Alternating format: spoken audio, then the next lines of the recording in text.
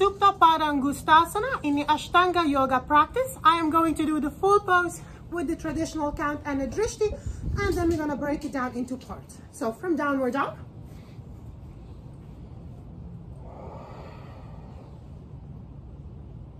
Supta,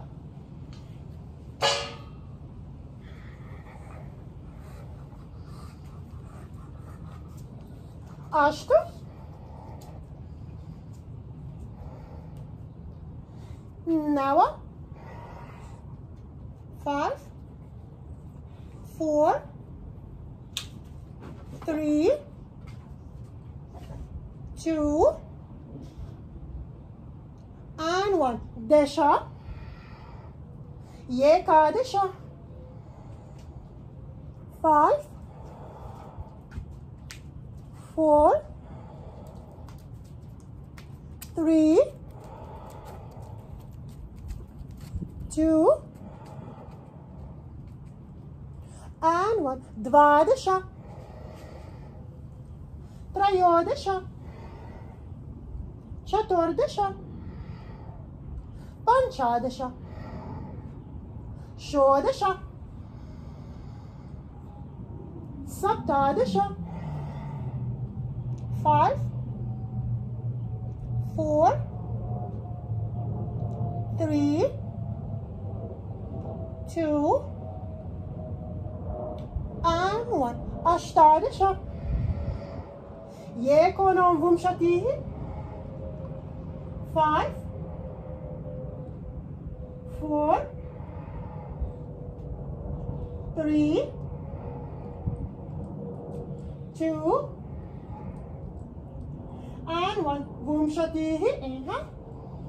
Yekam Vumshatihi, Dva Vumshatihi, Trayum Shatihi. Gotta move a little bit for Chakrasana. Chatur Shatihi, Chakrasana. Nadi Drishti. Pancha Shatihi, Shatvam Shatihi. So let's look into it part by part. So from downward dog, you're going to walk through to seated or jump through, whatever is easy for you. By now you should have your way how you're approaching the jump through. Come high on top of the tippy toes, little hops, sneak it through. We'll come all the way down to seated and lie back flat. Ashta, as you inhale, you lift the right leg up and collect the right big toe. Left hand will go on top of the left thigh to press it down and root it down. Now, if you can't collect the right big toe, have a strap handy. You can always use a strap and hold the strap. If you don't have a strap, again, just support the shin or behind the knee. But ideally, if you can, use any belt that you have at home and loop it around your foot. So Ashta, as you float the right leg up, inhale. Nawa, as you exhale, you're going to try to bring your chin, your nose towards the shin. So really notice, it's not about how much you're going to take your leg down. It's not a lying down split. It's about actually an abdominal work. How much you can float the shoulder blades off the ground to bring them towards the leg. So it's really not, again, pulling the leg down. Rather, lift up, scoop the core, lift, push the left hand out, and you're going to scoop up. It doesn't matter how deep. You could be here, or if you can go any closer, for 5 deep inhales. So exhale, so 1, 2, 3, 4, and 5. And in this one, it's Padangusthasana. That is the foot. Now, Desha, as you exhale, you release the head down. Yekadesha, you open the leg out to the side, and the gaze will move to the side. Parshva Drishti for 5, 4, 3, 2, and 1. Now pay attention often when you take the leg too far out. If you just drop the weight down, this is what happens. Make sure that this side root down with the left front hip bone, so find rootness in here. And often if you have a sandbag, it comes really handy if you place it right here. Now from here, Dvadesha, you bring the leg back to the center. Trayodesha, you move the head right now towards the leg for 1 beat. Chaturdesha, you release it down. Panchadesha, you release the right leg down. Now we're going to the left side. Shodesha, inhale, float the left leg up. Right hand is on top of the right thigh. From here, holding the strap or the big toe. Exhale, bring the head towards the leg for 5, 4, 3, try to get both shoulder blades off the ground as much as you can. 2, and 1. As you release it down, exhale, open the leg out to the side. Now, once you open your leg out to the side, I'm doing this purposely. Notice what happens if I just dump the weight. This hip lifts up. So what you want to keep doing is rooting and rolling the outer crease of this right hip towards your inner right heel. And what comes handy in here, if you have a block, you don't need a block, you can roll a blanket or anything soft right here next to your hip. So once you take your leg out to the side, you see what this block doing? It's stopping it from going puff up and falling out of the alignment. That way, this leg stays where it's at. Give it time to open up from here and find rootness, steadiness with this leg.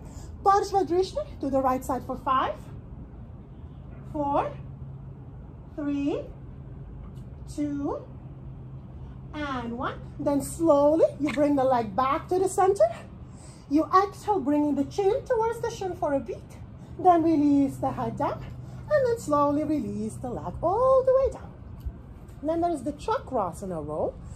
If you're a beginner, I will as well break it down right now. Be careful with it, just to make sure it's a little easier on the neck. It looks crazier and harder than what it actually is. So sometimes for the start, it's easier actually if you come to seated and then use the momentum to roll from here and hope, try to touch the ground. If you have anything going on with your neck, make sure you're not looking to the side. Keep the head neutral. And if you have any serious cervical injuries, just skip it altogether. And just like doing hop and back.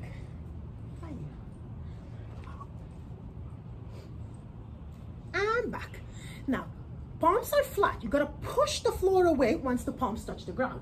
So next time from here, as we roll back, hands are flat, feet touch the ground. You can bend your knees and start to walk your feet back, back, back, back, back, and roll it here out.